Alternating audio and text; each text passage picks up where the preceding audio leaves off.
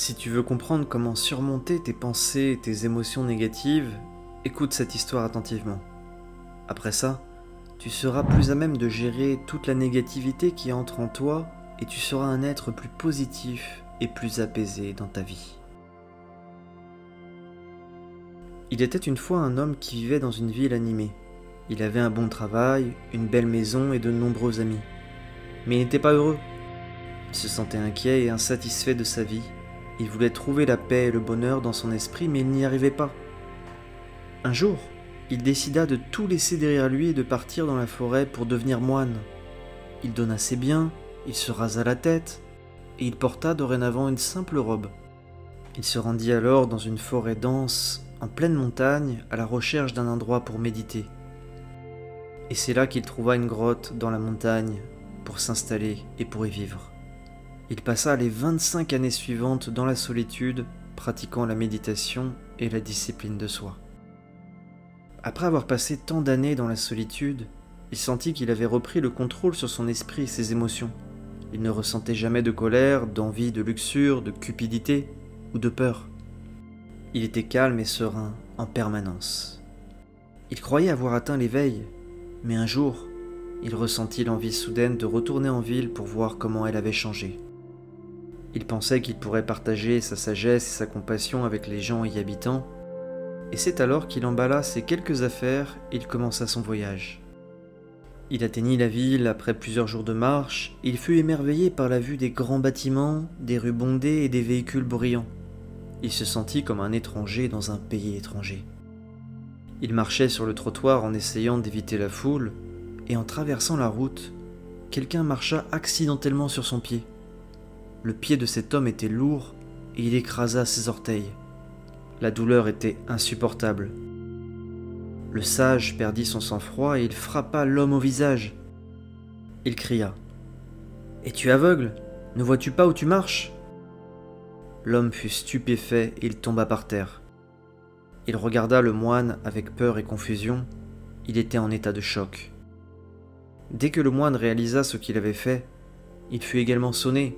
Il se demanda « Mais qu'ai-je fait? J'ai vécu dans la solitude pendant 25 ans, j'ai dominé mon esprit pendant tout ce temps, je n'ai jamais été en colère. Comment ai-je pu me mettre en colère aujourd'hui ?» Il se sentit honteux et coupable. Il comprit qu'il avait vécu dans une illusion.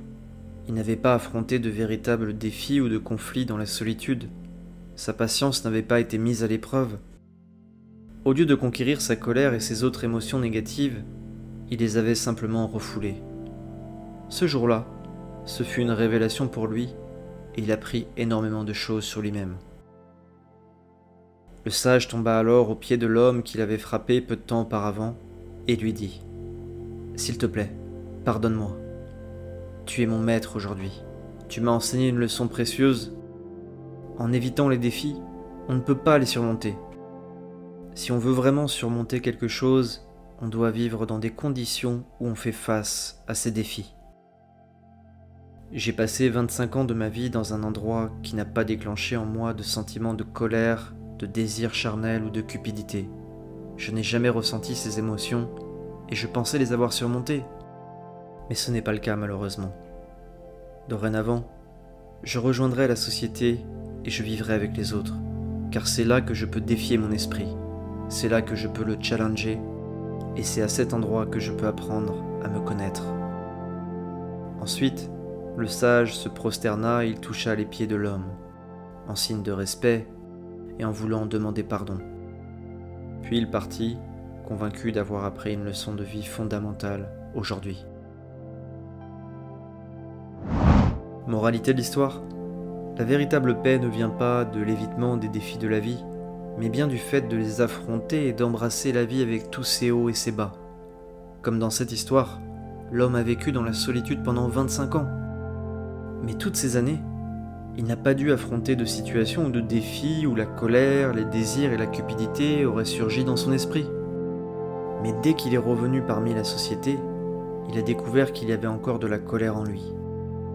Et si la colère était toujours présente, alors d'autres émotions négatives comme les désirs charnels, la cupidité, la jalousie ou l'attachement seraient également présentes.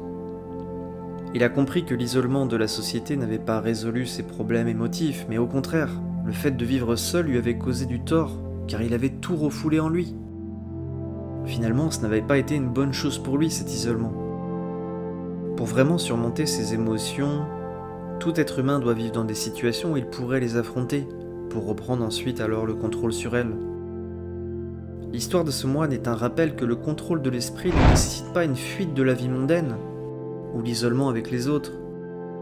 Mais vivre dans la société permet de s'entraîner à maîtriser son esprit et à reprendre le contrôle sur toutes nos pensées et nos émotions négatives. Les défis auxquels nous sommes confrontés dans notre vie quotidienne, eh bien, ils nous aident à mieux nous comprendre.